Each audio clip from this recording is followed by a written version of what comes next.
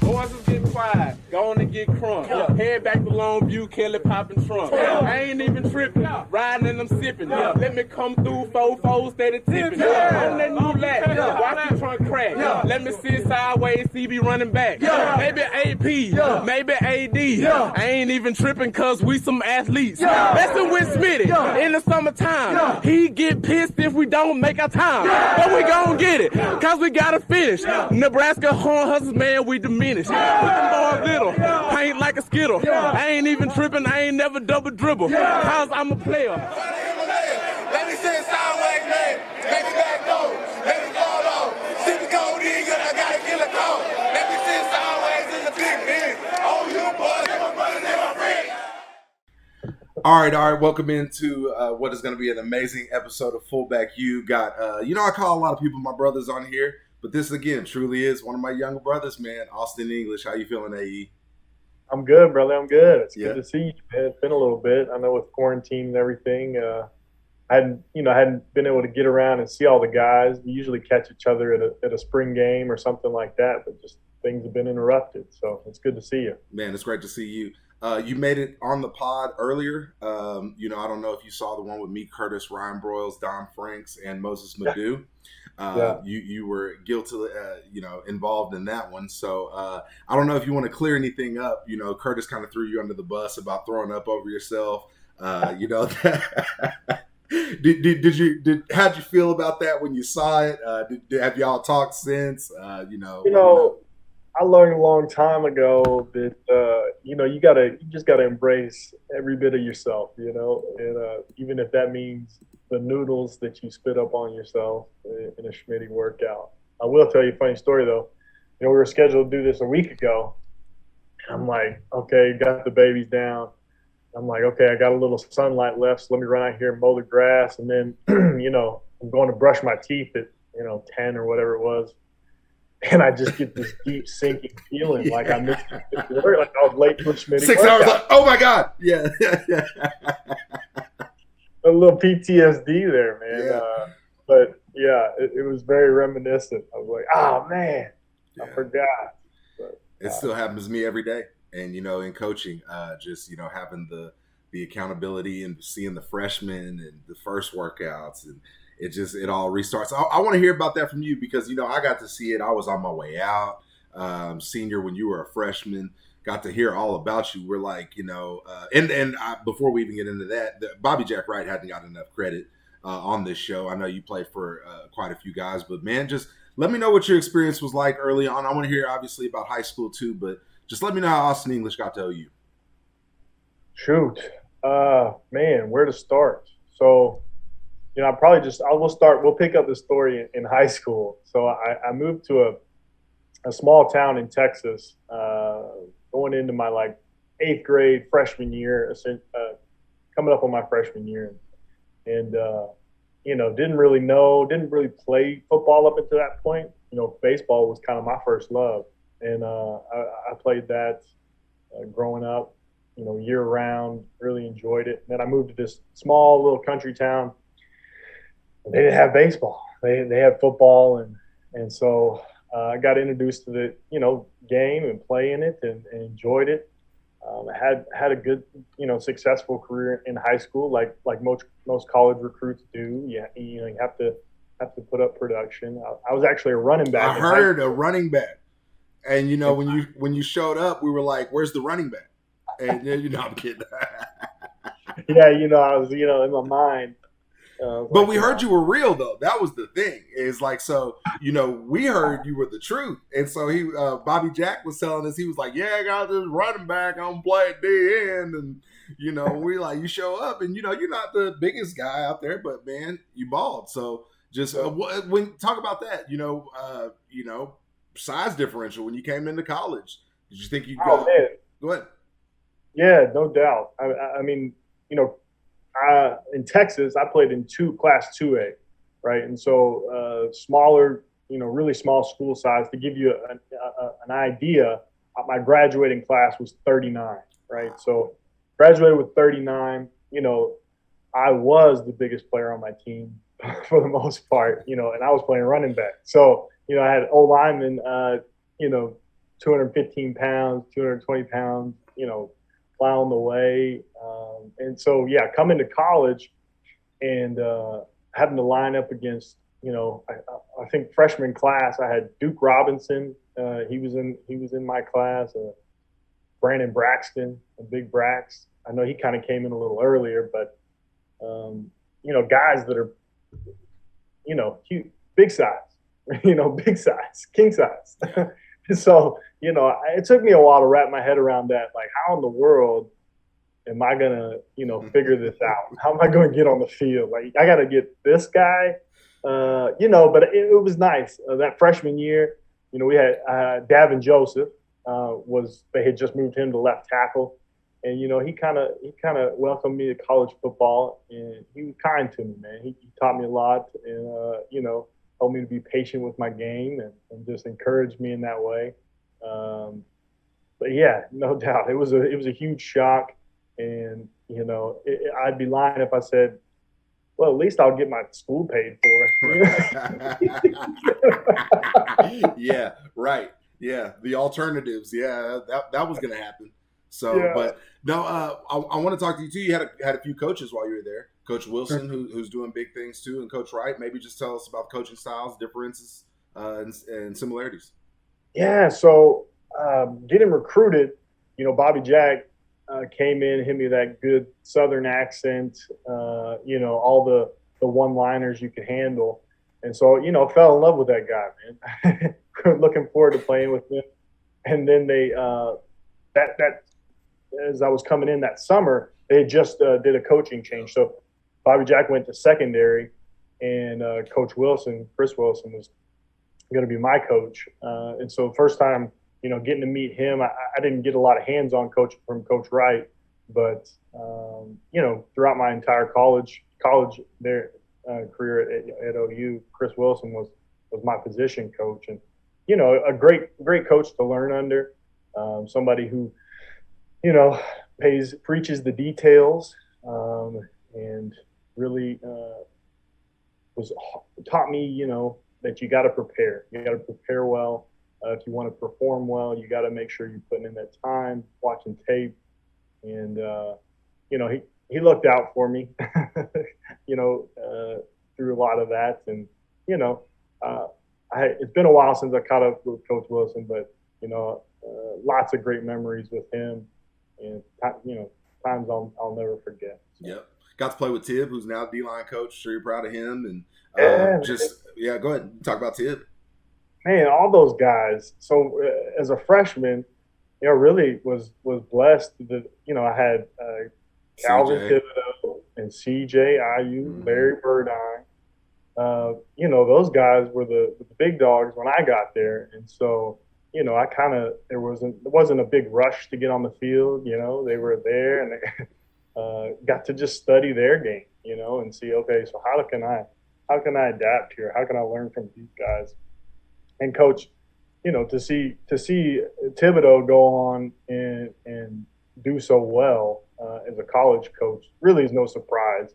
I mean, he was a student of the game when we were in college, and had an understanding and a unique way of attacking as a D lineman, and so, you know, really, really, really blessed to have those guys as big brothers, so to speak. Let's talk about that. I mean, you mentioned it. I mean, there's some great coaches you name, man. Wilson, Wright, Venables. How easy was the playbook to learn, Auston? You know, I heard some of those meetings, man. I'm glad I played offense. Yeah, you know, BV, man, he's an attention to detail guy if there ever was one. You know, and to the point of like, you're lined up wrong. And you're like, what?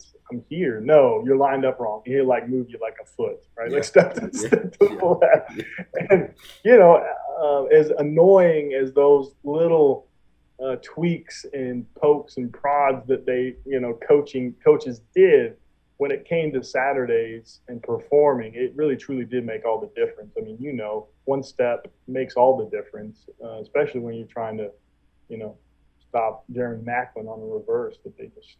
No joke. Man, I was so proud of y'all when y'all beat them, though, man. I was at that game, too, down in San Antonio. So that was a fun night.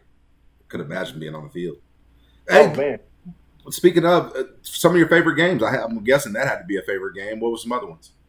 Yeah, when we played them earlier in the year, we played them here in Norman. That was a big one. Game day showed up for that. Packed house. Chase Daniels. They were loaded. They had some good players. And it was just a back and forth shootout game.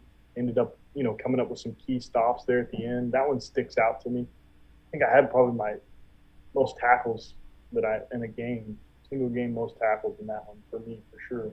Yeah. So that was a fun one. Anytime you perform well, I think those go down in the memory bank. Yeah.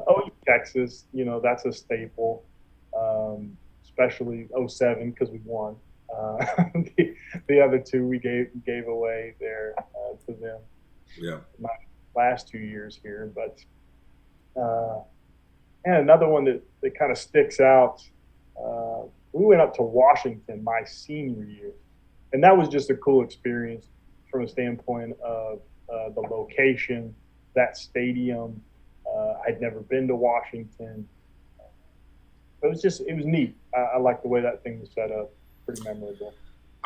Very few people, I feel like, are equipped to answer this next question. It's a loaded question. And I feel like Auston is going to do a great job explaining it. And somebody asked me the other day, and it's a very simple question again, but I look forward to your answer. They said, JD, is playing for Bob Stoops, or was playing for Bob Stoops, easy? How would you answer that? Man.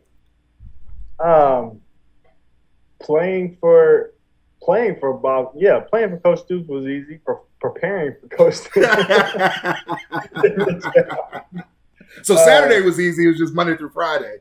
And sometimes Sunday. Okay, gotcha. Absolutely. Yeah. Well, and I think if you're going to be good at anything, right, that the standard, the investment has to be there. And that's something that the coaches preached and believed in. And it showed time and time again. I mean, you don't win as many Big 12 titles as OU has done in the his span with the program, and then even now into Coach Riley. You don't get that way without learning the keys to preparation and learning how to put it all together on Saturday. Yep. Well, I hate to tell you, you had a hell of a career, Auston, but I hate to tell you, man, you're probably about 15 years too early to Cleveland, buddy. Probably not the same Cleveland you recognize. Talk about that, man. You got to be a damn proud former Brown. I mean, wow. Yeah. I like to say I had a cup of coffee in Cleveland. It was short, it was brief. I was there. I got one year where I got to contribute in a little way. The next year I was on IR, so missed out there. But that really getting there. When I first got there, Coach Mangini was the head coach, and he really was a big proponent of learning the history of the team, and he did a good job of bringing in older players that were affiliated with the program. Got to meet Jim Brown, and that was pretty memorable. That it's so unique, right? Because there's not much up there in Ohio. You get up there, and the Browns are everything. No joke. The Bengals are like a different state. It's like a different state in Cincinnati. Truly are. And so, to the fans, all the way down to the training facility where we stay there. I mean, it's just a huge support up there. You felt very much at home. It was my first time ever too far away from home, so it was a great opportunity. I was always amazed at the fans because regardless of the record, they were there supporting and just all about the Browns, right? And so for them to now be able to turn the corner a little bit, make a playoff game, I mean, that's just, I'm sure it's huge for the city. And in the back of my mind this year, I busted out some of the old Browns things, just Hey, recognize. Hey, just so y'all know, okay? beforehand. Like I did this, you know. Yeah. That's what's up. That's what's up, man. Want to talk? Obviously, I asked you how it is playing for Bob. Dude, we had an amazing, legendary Schmitty story on here for you. You mentioned having the PTSD. If you can, just explain to people what it's like, man. Explain to people what it was like in college. Explain, I mean, why you still have those thoughts. Well, you know, there's nothing like painful experiences to remind you, right? And to get you really truly thinking about stuff. So, you know, Smitty's, his favorite discipline method was Stairmaster. And and when you say Stairmaster, we're like, you know, that's not too bad. And I'm like, no, Stairmaster. And it's not, there's no other levels exist on the Stairmaster except for the top 10, like level 10. And it's just get on and ride. And you're like, well, how long? Just ride. Like, and so you're there and you're just like one foot in front of you. You're like, I can do this. And then before long, you really start to doubt yourself, you know, many pounds, a lot of water weight lost on the top of those steps. So, you know, it's easy. You get into those situations. Like for me, you know, you miss a breakfast or you miss something like that. Something horrible, Austin. Horrible. Can't believe you missed breakfast, dude. Right? I mean, and it's mandated, right? So you're not losing weight. Then you're going to go ride the Stairmaster so that you can gain weight. And then, you know, the great thing is Schmitty's going to turn everybody against you. I love him to death. But, you know, if Austin would have made his breakfast, big dog, I mean, everybody else, we wouldn't be doing this, you know? Yeah. I mean, we wouldn't be doing this, so, you know. Yeah. One of my favorite stories, man. There's so many of them. You know, but there was one time we're sitting here, you know, and if, you know, if they get upset because I tell the business, they can call me. But Wick, Joyce, I already know.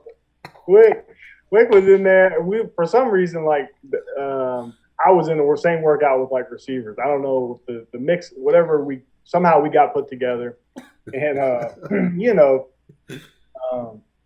Wick, you know, he's gonna do what he's gonna do. You know, it's like he made decisions, and you know, if it was the day he was gonna do something, he'd do it. If not, there wasn't anything you could do to get him to do it, right? And so we're in the line, we're hitting like abs. We were just about to finish up and go into the workout room, and you know, we're doing like kickovers or something. I don't know what it was, but then, you know, Smitty didn't like something Wick did, so it was like he was probably breathing. Yeah. Yeah.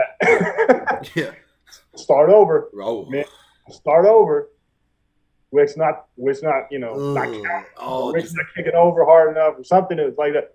And then we start, you know, and you knew it was always bad because if it got, you could just listen. If you get like past 5, you know he's going to let it slide. Yeah. Like, stops you at like 1 or 2 and starts over again. You're like, this is it. Like, we're about to get cut. Yep.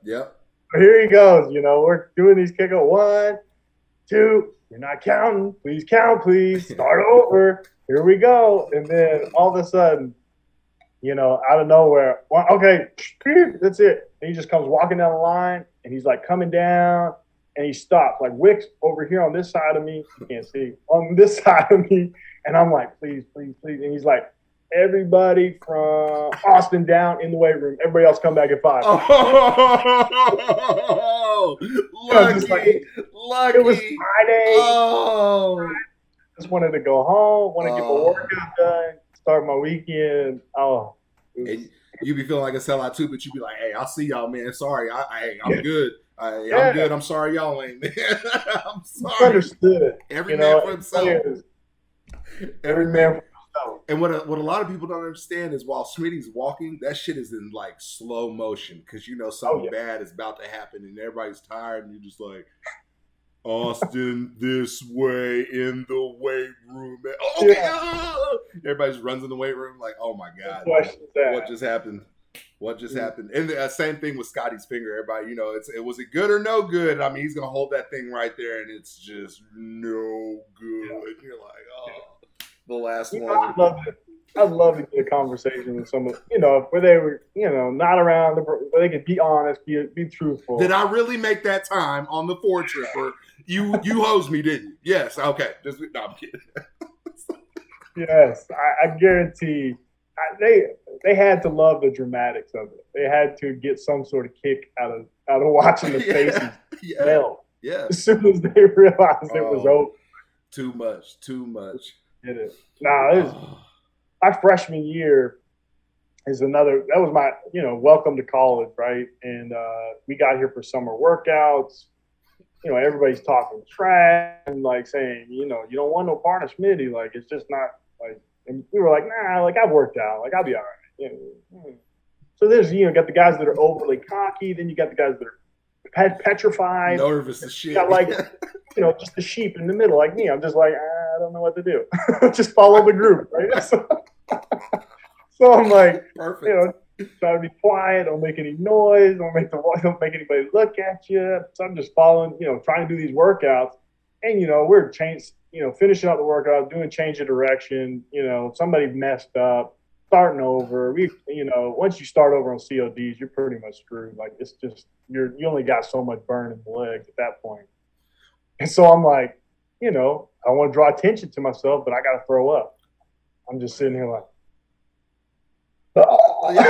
Hey, I laughed that day, but I've done that shit plenty. I mean, hey, if he sees me projectile vomit over here, I'm definitely getting kicked out. But if he thinks this is sweat, I think I'm good. I'm pretty good.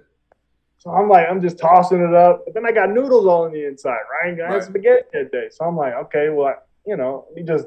So I take the shirt off, throw it off. Put your shirt on, please. Put your shirt on, please. But this time it's all inside out. The noodles, everything just there. It's bad. It's ugly. It's ugly. Again, what can you do? I mean, it just. I still think when you talk about the PTSD moments, I think people they gotta realize just how like close quarters, but how secure. Like I still hear anytime I hear those the doors, the metal doors. Anytime I hear and there was 20 metal doors in our indoor. And so you don't know which metal door Schmitty's going to, all right, get a break, big dog. And I mean, before you know it, it's on. And some doors may not be open. They may not be unlocked. And then you're really out of luck. And I'm like, I thought the workout started at 6. It's 5:25. Well, oh well, You not here? We going on with that? Hey, you learned. Hey, I'm going to just walk over with the group. So whenever the group walks over, that's what I'm going to go over. Kind of like what you said, being the sheep. My best work, probably, well, not my favorite, but it was just like the memorable moment for me, where he would just pop up on you. It was one morning, we had that 550 workout group or whatever it was. And he's just like, and we were on the hill. We started on the hills that morning. And so, like, we didn't know what we had. We were just kind of sitting in there, somebody was joking, trying to, ease the tension. And then he just pops up, just leans his head in the door. We're on the hill, let's go. And you're just like, whoa, was that spinning? What was that? Like, and then everybody just starts sprinting like somebody was shooting or something. And, like you're just taking off like we don't know what we're running towards. No. But something's going to happen. I brought it up many times on this show, and I'm sorry that y'all 6 o'clock group had to go through this. Because I don't think I couldn't do the 6 o'clock. I couldn't do it. If I didn't know what I was going to do, I was broken. If I went into a workout and we're doing bag drills and I don't know how many we got, I'm done for. So thank you guys for the sign language on the way out, letting us know what we got, and on the way in, and texting everybody. And this was right when text messages and shit were coming out. I'm pretty sure somebody engineered that from our team just to let everybody know what Schmitty was doing. Had to. You had to get that message out as soon as you could, man. It was a known rule. If you had that first workout group, it was kind of a blessing in disguise because you were still like, you're just in shock. You just kind of went. Question for you. Well, because you were around him again. Let me ask. How much of A&M success is Schmitty? How much of Clemson's success is BV? Oh, man. You kind of want to downplay the other pieces there because it takes a whole organization to really allow a program to thrive. That starts with the AD on down. But no doubt, no question, VV is a great mind, a great defensive mind, knows how to motivate guys, knows how to recognize talent, knows how to coach talent. His track record speaks for that. He's had some great players, but I think he's turned great players into Hall of Famers or, All-Americans. They're rock stars. No, you're absolutely right. You got to let everybody know, man, and we need to do this again, but what's Auston English doing these days, man? Is he being the dad to be like I know he is? What's going down? Man, that's a big part of my life. Yeah. Father to two little kiddos. I got a boy that's going to turn 4 here on Saturday, and then a daughter that'll turn 2 in September. And we don't know what we're having yet, but we got another one coming in September on the 20th. So, spend a lot of time with them, keep that busy. Love being a dad. No other job in the world that brings as much fulfillment as being a father. But when I'm not a father, I'm working towards getting my license for counseling. Nice. So I work with a lot of children and family right now, working through my supervision hours, and hopefully, look forward to the day when I can finish that up. But yeah, just in the helping field and enjoy working with people, trying to meet that next level. I think, especially for us, coming through that as sports, as players and guys that were in the game, we didn't probably recognize mental health. It wasn't something that was as well identified or, looked out for as much. And anything that's outside a bag of ice, you were soft. I'm sorry, but keep going. Like what? Like you're what? You're what? Get out of here, man. I think that guy's leg is broke. But anyway. Yeah. So as I've stepped out into this field and just realized how much there's a need there for just to have representation, male representation. Yes, sir. Like break down a lot of the stigmas. Guys can have issues just like anybody, and it's our responsibility to reach out for help, find ways to work through those, overcome our barriers, and lead the lives that we want to lead. Man, that is fantastic. And I just left the education field of teaching, and I can tell you there's not many more people as far as importance. There's not many more people that are important as counselors. They were lifesavers to me, literally. I want to get your thoughts on the current team, man. Does Auston make it to games? Are you still involved with the team a little bit? What do you and Curtis make it to the games and talk about all the IVs that he got and those things? I mean, what goes on? Yeah, man. Well, I try to catch a game or two every year when I can. Looking forward to the days where I can load my kiddos up and take them down and go catch a game. But yeah, I'm a fan as an alum, proud of what Coach Riley has going and the guys that have come after us, and just the way that they've treated the university, the image that they've continued on. I mean, it's as an alumni, you want to see your program thrive and continue the legacy that you work hard to try to build when you're there, and to see them, continue that on. I just, I'm proud. I'm a fan, and I'm cheering on every Saturday, just like anybody else. So yeah, man, I got to know about, and I mentioned Curtis, but he's on here a lot, or I'm going to try to get him on here so he can rag on me. And I was close to needing some IVs. But who are some of the teammates that you talk to still? I'm sure CeeLo's one, but some of the guys your age, any of the older guys, let me know. Yeah, I keep up with Curtis pretty well, and Brody Eldridge. Be easy. Yeah, be easy, man. I being roommates with those guys. So my roommates in college was Ryan Reynolds, Brody Eldridge, and Curtis Lofton. So they're probably my closest guys that I. What a house! A house!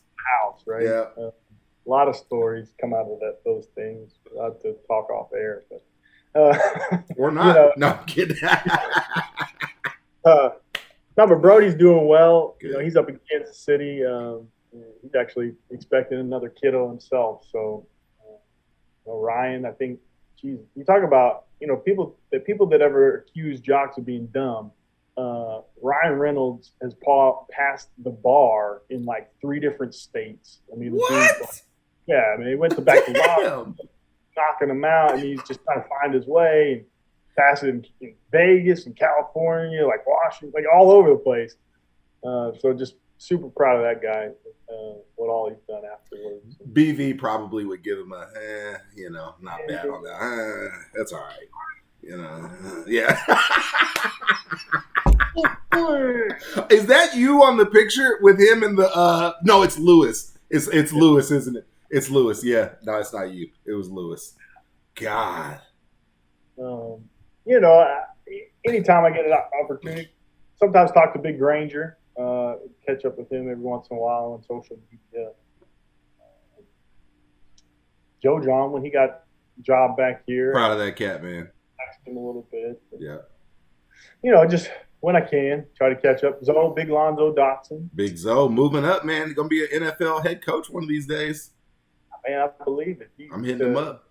It's amazing what he does, man. Really puts in the time. He put in the time that being a scout, being out in the field, and just learning that side of things. Shout out to him, man. He's going to be a daddy here soon. Oh, really? Awesome.